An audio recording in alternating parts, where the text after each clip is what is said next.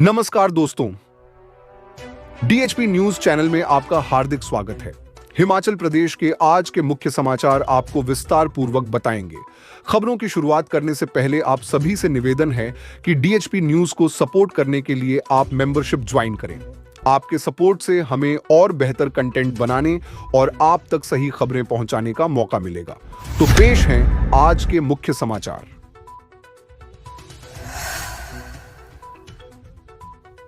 जगत नेगी और विक्रमादित्य सिंह बोले, जनता को गुमराह कर रहे केंद्रीय राज्य रेल मंत्री बिट्टू। राजस्व मंत्री जगत सिंह नेगी और लोक निर्माण मंत्री विक्रमादित्य सिंह ने केंद्रीय रेल राज्य मंत्री रवनीत सिंह बिट्टू की ओर से रेल लाइन को लेकर दिए बयान को भ्रामक और तथ्यात्मक रूप से गलत बताया। मंत्रियों ने कहा कि भानुपल्ली बिलासपुर रेल लाइन की प्रारंभिक अनुमानित लागत लगभग 3000 करोड़ थी। इसमें केंद्र सरकार 75% धनराशि देने के लिए प्रतिबद्ध है और भूमि अधिग्रहण की अनुमानित लागत 70 करोड़ रुपए आंकी गई है।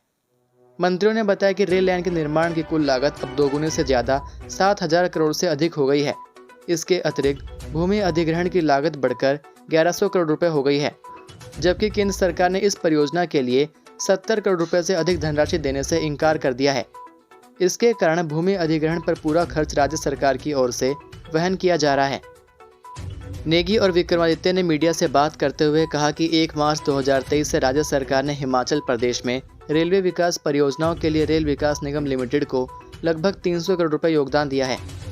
यह केंद्रीय रेल राज्य मंत्री द्वारा किए दावों का खंडन करता है, क्योंकि उनके बयान तथ्यों पर आधारित नहीं है।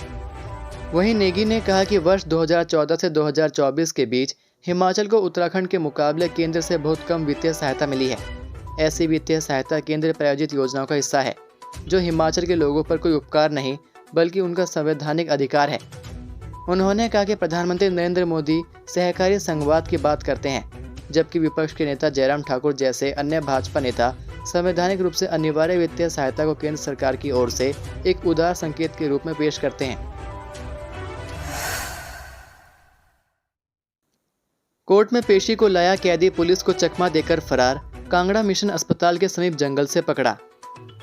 चोरी के मामले में जिला कारागार धर्मशाला में सजा काट रहा कैदी बुधवार को कोर्ट में पेशी के दौरान पुलिस को चकमा देकर फरार हो गया। दोपहर को पुलिस कर्मी रजत उर्फ रज्जू निवासी वार्ड नंबर 7 डूंगा बाजार मंदिर रोड कांगड़ा को धर्मशाला न्यायालय में पेशी को लेकर जा रहे थे। इसी दौरान चकमा देकर आरोपी भागने में कामयाब रहा। पुलिस गिरफ्त से कैदी के भागने की सूचना मिलने के बाद कांगड़ा पुलिस ने आरोपी की धरपकड़ को टीमें भेज दी। पुलिस थानों को भी आरोपी की जानकारी दे दी। इसके बाद कांगड़ा पुलिस थाना टीम ने आरोपी को मिशन अस्पताल के पास जंगल से गिरफ्तार किया। चोरी के मामले में रजत को 2 साल की सजा हुई है। चिट्टे की सूचना देने वाले को 5100 रुपए का नगद इनाम देगा गैर शिक्षक महासंघ सोलन। शिक्षा हब सोलन सहित ग्रामीण क्षेत्र भी नशे की गिरफ्त में आ रहा है। यहाँ पर नशे की तस्करी के मामले थमने का नाम नहीं ले रहे हैं। सरकारी और निजी संस्थाएं भी नशे के खिलाफ लड़ने के लिए सामने आना शुरू हो गई हैं। गैर शिक्षक महासंघ ने पहल की है। चिट्टे के संबंध में जानकारी देने वाले को संघ 5100 रुपये इनाम देगा। यह निर्णय महासंघ की बैठक में लिया गया है। जानकारी देने वाले की पूरी पहचान गुप्त रखी जाएगी। बैठक की अध्यक्षता जिलाध्यक्ष भूपेंद्र शर्मा ने की। उन्होंने कहा कि महासंघ शिक्षण संस्थानों में जाकर युवाओं को नशे के प्रति जागरूक कर रहा है। वहीं नशे से दूर रहने के लिए खेलों में भी युवाओं की सहभागिता भी दर्ज करवाई जा रही है, जहां पर रह रहे युवाओं को नशे के दुष्प्रभाव की जानकारी प्रदान की जा रही है। हिमाचल में लाल बत्ती और फ्लैशर से परहेज करें अफसर, परिवहन विभाग ने किया आगाह।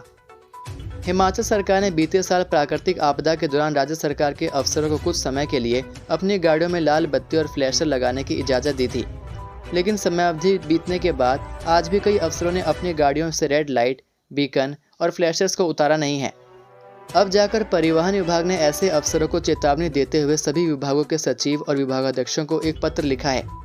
पत्र में कहा गया कि कुछ अफसर गाड़ियों पर फ्लैशर और रेड लाइट लगाकर मोटर व्हीकल एक्ट का उल्लंघन कर रहे हैं। यह सही नहीं है।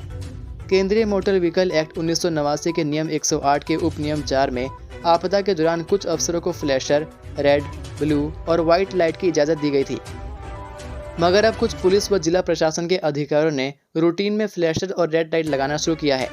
अफसरों की देखा देखी कुछ लोगों ने अपनी निजी गाड़ियों में भी multi colour fancy glow light भी लगाई है, जो हादसे का कारण बन सकती है। इसे देखते हुए परिवहन विभाग ने अधिकारियों समेत आम लोगों को चेताया है। मूर्ति विवाद पर नगर परिषद का फैसला। मुस्लिम संगठनों की आपत्ति को देखते हुए सुजानपुर नगर परिषद ने फैसला किया है कि शहर के वार्ड 4 के डोली में महाराणा प्रताप की प्रतिमा निर्धारित स्थान पर तो लगेगी, लेकिन प्रतिमा की दिशा बदली हुई होगी। पहले के प्लान में प्रतिमा की दिशा मस्जिद के सामने थी, जिस पर मुस्लिम संगठनों को ऐतराज था। बुधवार को हुई बैठक में नगर परिषद ने प्रतिमा की स्थापना के स्थान पार्क और वार्ड 2 में ऐतिहासिक कुएं के सौंदर्यीकरण करने का भी फैसला लिया गया है। इस बीच देवभूमि क्षत्रिय संगठन ने सुजानपुर नगर परिषद के फैसले पर नाराजगी जताते हुए आंदोलन करने की धमकी दी है। हिंदू संगठनों ने इससे पहले 24 फरवरी को आंदोलन करने की बात कही थी। मुस्लिम समुदाय ने नमाज का हवाला देते हुए मस्जिद के सामने प्रतिमा स्थापना करने का विरोध किया था। इसके खिलाफ हिंदू संगठन भी मैदान में उतर गए थे। हिंदू संगठनों ने प्रदेश से प्रतिमा को निर्धारित स्थान पर ही स्थापित करने की मांग करते हुए 24 फरवरी को आंदोलन की भी चेतावनी दी थी। नगर परिषद सुजानपुर की बैठक में फैसला हुआ कि डाली में प्रतिमा के स्थान पर एक पार्क का निर्माण भी किया जाएगा। हालांकि यह सुनिश्चित होगा कि यहां पर आवागमन में किसी तरह की कोई दिक्कत ना हो। बैठक में नव सुजानपुर की अध्यक्ष शकुंतला देवी, उपाध्यक्ष मनीष गुप्ता और कार्यकारी अधिकारी अजमेर ठाकुर सहित सभी पार्षद मौजूद रहे। इससे पहले मुस्लिम समुदाय के विरोध के बाद स्थानीय लोगों और विश्व हिंदू परिषद ने तय स्थान पर पार्क बनाने और मूर्ति स्थापित करने की मांग उठाई थी। विश्व हिंदू परिषद और स्थानीय लोगों का तर्क है कि नगर परिषद और सरकारी भूमि पर यह निर्माण किया जा रहा है। ऐसे में समुदाय विशेष के लोगों का विरोध वाजिब नहीं है। एक ही दिन में ढांग से गिरे 2 युवक, गांव वालों को मिली देह। हिमाचल प्रदेश के सिरमौर जिले के उपमंडल संगड़ाहा में एक ही दिन में 2 युवकों की ढांग में गिरने से मौत के बाद पूरे इलाके में मातम पसर गया है। पहली घटना मंगलवार देर शाम की है। संगड़ाहा पंचायत के टिकरी गांव का विवेक उम्र 28 वर्षीय पुत्र कल्याण सिंह अपने घर लौट रहा था। वह संगड़ाहा से टिकरी गांव की ओर जा रहा था। जैसे ही वह उतरने लगा कि अचानक उसका पांव फिसल गया।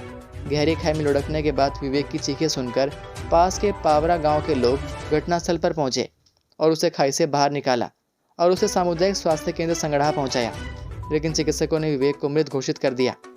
इससे पहले सोमवार देर शाम हरिपुरधा क्षेत्र के गेहल गांव में सर्वेश उम्र 12 वर्षीय पुत्र बहादुर सिंह घर के पास पेड़ से पशु चारा काट रहा था। अचानक उसका संतुलन बिगड़ गया और वह गहरी खाई में गिर गया। सर्वेश के सिर में गंभीर चोटें आई, जिसके कारण उसकी स्थिति नाजुक हो गई। परिजनों ने उसे तुरंत सामुदायिक स्वास्थ्य केंद्र संगड़ाहा पहुंचाया, लेकिन वहां चिकित्सकों ने उसे मृत घोषित कर दिया। सर्वेश का परिवार इस घटना से बुरी तरह टूट गया। 65 परीक्षा केंद्रों में 18,000 उम्मीदवार देंगे न्यायिक सेवा प्रारंभिक परीक्षा। हिमाचल प्रदेश न्यायिक सेवा परीक्षा 2 मार्च को राज्य के 4 जिलों में स्थापित परीक्षा केंद्रों में आयोजित होगी। जिला शिमला, सोलन, मंडी व कांगड़ा के धर्मशाला में कुल 65 परीक्षा केंद्र स्थापित किए गए हैं। इस बार उम्मीदवारों की संख्या अधिक रहने पर जिला सोलन में भी परीक्षा केंद्र बनाए गए हैं। पूर्व में परीक्षा केंद्र शिमला के अलावा मंडी व जिला कांगड़ा के धर्मशाला में ही बनाए जाते थे, लेकिन इस बार सोलन को भी शामिल किया गया है। जानकारी के अनुसार न्यायिक सेवा परीक्षा में इस बार करीब 18,000 उम्मीदवार बैठेंगे। इन पात्र उम्मीदवारों के प्रवेश पत्र लोक सेवा आयोग की आधिकारिक वेबसाइट पर अपलोड कर दिए गए हैं। सभी उम्मीदवार यह ई प्रवेश पत्र लोक सेवा आयोग की उक्त आधिकारिक वेबसाइट पर उपलब्ध करवाए गए लिंक पर क्लिक कर डाउनलोड कर सकते हैं। हिमाचल प्रदेश लोक सेवा आयोग के सचिव भूतेश्वर चौहान ने कहा कि किसी भी उम्मीदवार को अलग अलग प्रवेश पत्र आयोग द्वारा नहीं भेजे जाएंगे। उन्होंने कहा कि किसी भी उम्मीदवार को बिना प्रवेश पत्र के परीक्षा केंद्र में प्रवेश की अनुमति नहीं दी जाएगी। ये थे आज के मुख्य समाचार।